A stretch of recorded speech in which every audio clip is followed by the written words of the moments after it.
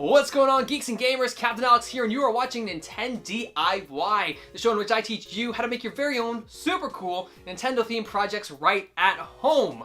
Now, in the past, we've tackled things like custom amiibo cards as well as custom Lego Nintendo-themed brickheads, but today we are moving into the realm of clothing.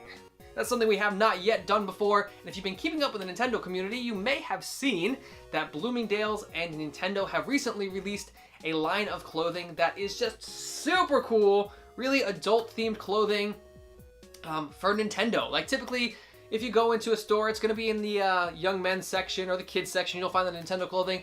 But at a big store for adults like Bloomingdale's, you often do not find Nintendo-themed clothing.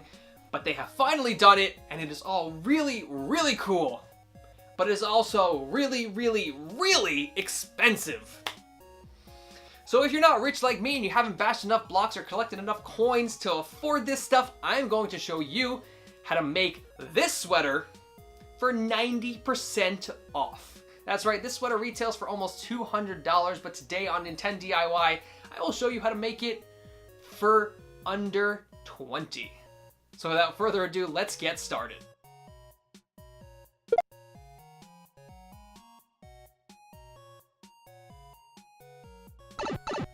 Here we go! Alright guys, so look, with any great tutorial, before we can make our project, we are going to need our supplies. So the first thing that we are going to need for this project is a standard gray sweatshirt. Now this one is from the company Starter. I purchased it on Amazon for about $10 to $15. I'm not exactly sure, but of course I will put the link in the description below. This is very, very similar to the style of the one that is in the official Bloomingdale's sweatshirt. Now, aside from our sweater, we are of course going to need some way to get our new design onto our shirt, and that is going to be by using iron-on t-shirt transfers. Now, specifically, we're going to need dark color fabric t-shirt transfers. As you can see up here, it says dark color fabrics. These are the only ones that are going to work for this project because we do have some areas on our design that are white. If we used the one that is for light color fabrics, it would come up clear. The white areas would come up clear, and that will not work for our project. So you need the one specifically for dark color fabrics. You do not have to get Up and Up brand. This is from Target. But they do have them at Staples, Office Depot, Office Max, all your craft supply stores, but make sure you get a version that is for dark color fabrics. Do not get any other type.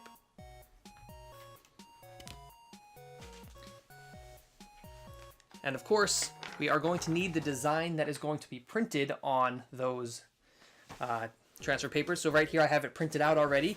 This is our piranha plant design that matches the one that is on the official Bloomingdale's sweatshirt. So I made this one in Photoshop. It is going to be available on my website at captainalex.com. The direct link to the page is going to be in the description below. Free to print, free to use, to your heart's content. Make as many as you want. Okay, so once we've got that printed, the last thing we're going to need is a standard household iron. Now everybody should have one of these in their houses already. If you do not, unfortunately, this is going to cost you quite a bit of money. These, I think they start at like 20-30 bucks for an iron. But everybody should have one in their house. Everybody irons clothes every now and again. So kids, if you are doing this project on your own, please, please, please ask your parents' permission first. Do it under adult supervision. Irons can get very hot and they can be very dangerous if they are not used properly. So please be safe and ask for parents' permission before attempting this project on your own. So without further ado, I'm going to go ahead and cut out my design, place it on the shirt, and get started. Alright, now overall this is a fairly simple tutorial. Once you have your piranha plant or boo design cut out, all you're going to do is position it onto your shirt or your sweatshirt. So in the official design, it's just a few inches down from the bottom, somewhere around the mid-chest area. So that's where I have mine positioned here. Now make sure after you cut out your design from the transfer paper, you remove the back liner. There is a piece of paper behind there, so you do not want that piece of paper. If you try to iron that, your design's just going to stick to this paper and it will never, ever, ever stay on top of your shirt. It'll just melt to this paper and you'll ruin your design. So make sure you remove that back parchment paper or that back piece of paper. Now, after your design is placed, do not I repeat, do not iron directly on to that design.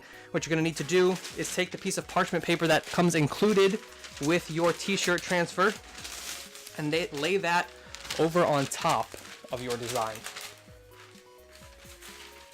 This gives you a nice heat-proof layer between your design and the iron. And this will give you enough heat to make that stick to your shirt without ruining your iron, without ruining the design, because this is a piece of plastic vinyl that you've just printed on, and you do not want an iron to come in contact directly with a plastic vinyl.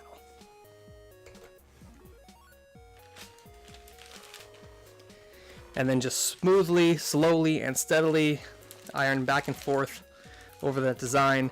Now, anytime you're ironing, you do not want to keep that iron steady in one place for more than a second or two,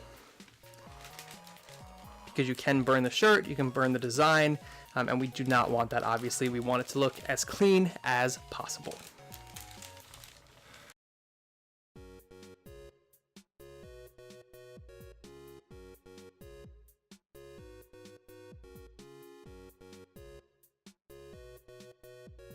Now, while you are ironing, you are going to want to add a lot of pressure to the iron to make sure that that design and that heat is really getting on to the and into the fabric of the sweatshirt. If you don't add enough pressure, the corners can peel up and it will not stick well enough. So really give as much pressure as you can, but keep that iron moving. Do not leave it in one place for too long.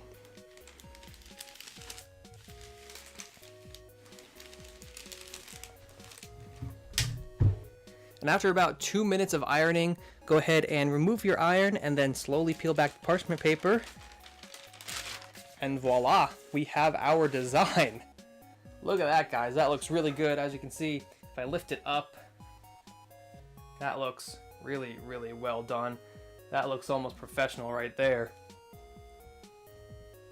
I'm gonna go ahead and put it on and try this thing out. Alright guys, check it out. I just made a $200 Nintendo Bloomingdales sweater for under $20. That is 90% off the original retail price of the official Bloomingdales version. That is incredible to me. I mean, we just saved so much money, made an almost identical design. Check out the original source design right here. Like, tell me that those things do not look almost identical to you, right?